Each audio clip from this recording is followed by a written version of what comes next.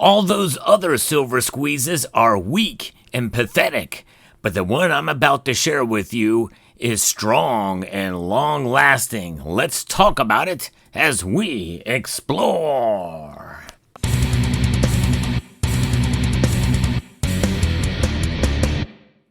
There's really only one way to truly squeeze silver, and it's not as exciting as the hype that you have been seeing since 2021, the silver squeeze. And how do we define that? There's actually several different silver squeezes, and for those of you who have been participants of this channel for any length of time, you know the different ones that are out there.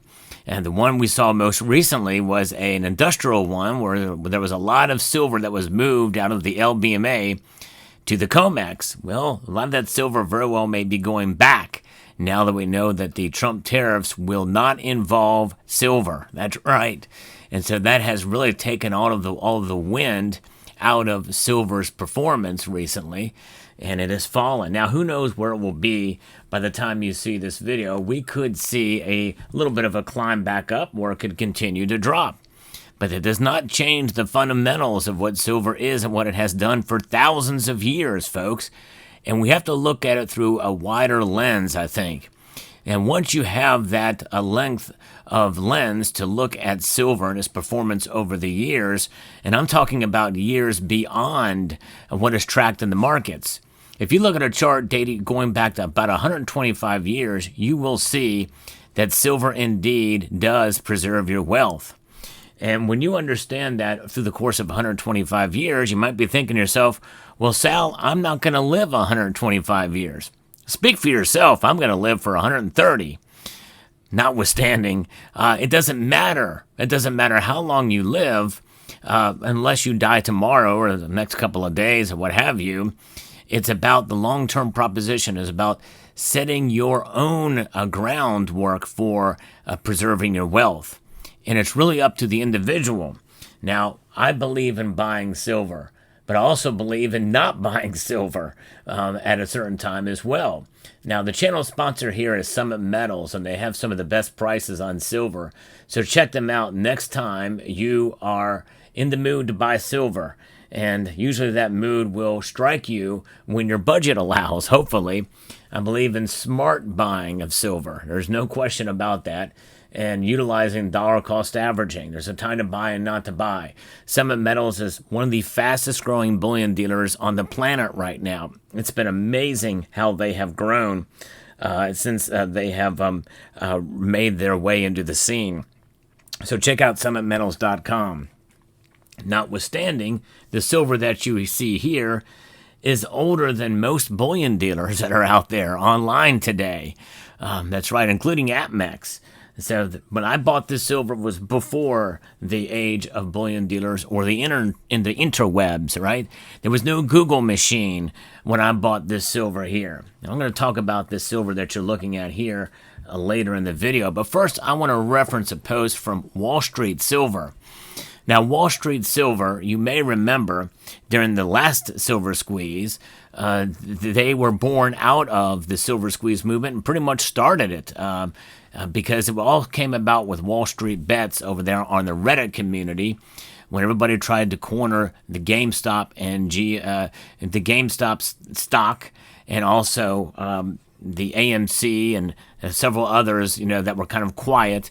They kind of squeezed them out, and those stocks skyrocketed for a time. Much simpler, much more straightforward ways to do it. And so there were some folks in that community that were saying, you know what, let's do the same thing with silver. And then from that came Wall Street Silver. Now, Wall Street Silver was born out of the silver squeeze movement and really kind of perpetuated it and led it. But at the same time, they were very open-minded in that community. And they've since moved to, I think they still have the Reddit community, but they're also on the X platform. And they posted something here that I think is quite profound because their tagline, from what I remember, I'm not looking at it right now, but is that we love silver. We're a community that just loves silver. And I think that's really the bottom line as to whether or not you're a silver squeezer or not. And stay tuned, because in the video I'm going to tell you what it means to actually squeeze silver according to my thoughts. But I want to give you their thoughts on it, which I think this is quite profound. From Wall Street Silver, the true silver squeeze. Do you believe that attempting the same thing that doesn't work over and over will eventually change the outcome? My commentary is that's a definition of insanity. Most people may think that eventually enough retail will buy silver and that will break the manipulation. Unfortunately, it doesn't work like that. Retail doesn't affect spot price. I'm going to read that again because there's been no more profound truth. Retail doesn't affect spot price. There's just not enough of us out there, and there's not enough of the impetus to really change the market, because we make a very small piece of the pie, somewhere between 15 and 25% tops. It's always been industry. Over about 60% of the silver that's produced is used for industry these days, out of the 825 million ounces mined per year. It's always been industry, the users of silver, that propel the market, and the whole reason this market is manipulated. Silver is too darn useful and is the bedrock of our modern technology. That's right. And it's so useful that really, in a sense, doesn't matter what the price is, because you can use a little of it in a certain object, an item, and it's not going to greatly affect the price of it if it goes up a little bit here and there. And so I think people have to understand that and realize that the manipulation really is centered around the big banks, mainly tied to the Federal Reserve and what they're doing to squash the dollar, and they continue to make it strong. They want a strong dollar, and so they kind of manipulate things with that dollar. And so that's not going to change, because there's no other metal on the planet with the same superior properties. Such superior properties they have that there's over 10,000 uses for silver out there. Over 10,000. It's mind-blowing. There's no other metal on the planet that comes close to the diversity of use of silver, even though copper and iron are obviously more used, but nonetheless, they are not as useful as silver. And that's really profound when you think about it. And that makes silver very special in this way. All sources of silver have been tapped at this point, except what stackers hold. In other words, we know that there's great demand for silver, and even slight changes in it to the upside. In other words, where you have a little bit of a giveaway where there's not, or leeway in terms of demand in one sector of those 10,000 compared to others, can have a dramatic impact on price. For instance, photovoltaics. If there is a slight decline in demand for photovoltaics and silver to provide those photovoltaics, that is going to be bad for silver's price. If there's an increase slightly in the demand for photovoltaics, it can put great pressure on the industrial sector for silver's use and could have an impact on the price to the upside. So the manipulators are coming for what we hold now. And the only way to beat the manipulation is to hold long enough for the industrial users to call the rehypothecation bluff. Now, I believe that's true to a point, because there is a lot of silver that is kind of depleted from most of the stockpiles, so they're coming for other 1,000-ounce bars and alike that would normally be refined and made into products that you and I hold, such as this silver here. And so therefore, it's kind of like a rehypothecation thing, especially based off of the derivatives markets. And I think that's what they're getting at here. So keep that in mind. That is something that is quite profound, I think, is that we have to think about what kind of silver they're going to have to be able to get. There's a lot of silver being sold.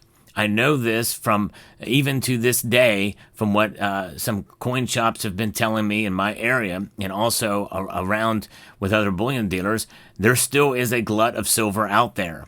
And yes, the silver squeeze did see more silver being bought from some places. But there's also been a lot sold as well to some of these organizations. Which means there's more silver in the market that will be refined and set for industrial uses. Don't do that. Stop selling your silver, folks. Now, there are exceptions to that. Hold on to your silver for the most part. Some people may find good opportunities to sell their silver. I'm not talking about you, those who think about it, who think about it thoroughly for reasons like for instance, there's a member of this community who sold a great deal of his stack to provide a home for his mom. Others who have had to sell for medical reasons. But in the end, it's about having enough of these if on hand so that you don't have to spend this. That's the silver squeeze. That's a real silver squeeze. So the post here ends by saying, while sitting around is less exciting than buying, this is how apes win now. And that's exactly right. In other words, don't do anything. That's the real silver squeeze, folks, is by doing nothing. Now let me expand upon that a little bit further. This silver that you see right here before you is, again, as I mentioned earlier, was bought long before there was any online bullion dealers. It was also bought at a much lower price. All of the silver that you see right here was bought for under $5 an ounce was a spot price. So I may have paid, maybe $5.50 an ounce for this bar. I may have paid $7 for that, but under $10, no question about it. And this is silver that I've held on for the duration of time.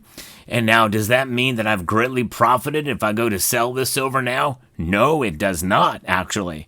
Because $5 silver back then is probably about the same as $29 or $30 or $31 or $32 silver right now. In other words, I broke even because I've held on. I've held on to the silver. Hold on tightly and don't let go.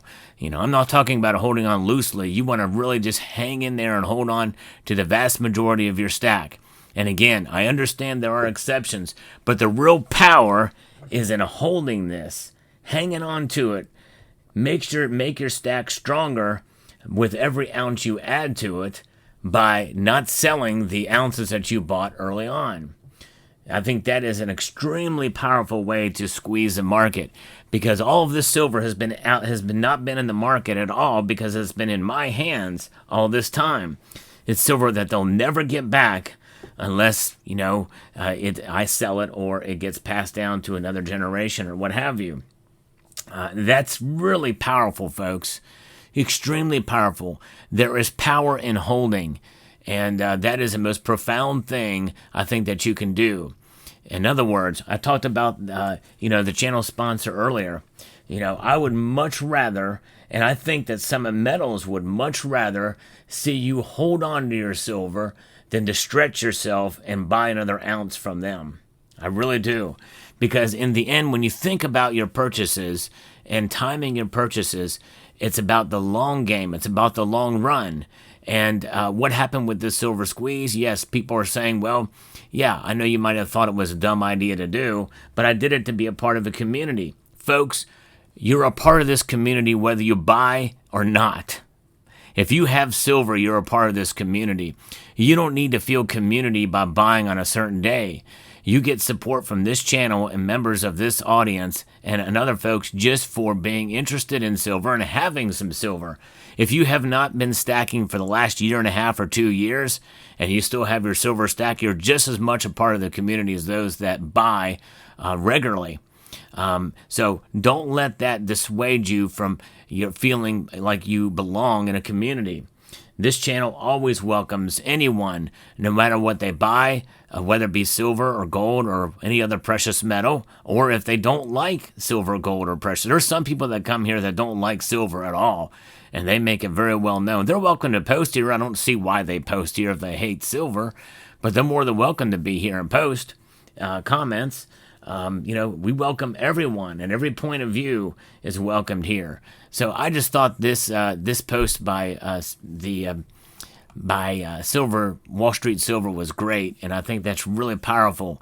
When all else fails, just hang out, just sit around, and it may be less exciting than buying, but you know what? It's how we become ape strong. So I hope you found this video informative, insightful, and educational. I'd like to extend a multitude of gratitude to each and every one of you for taking the time to watch, and to encourage you to please rate, share, comment, and subscribe.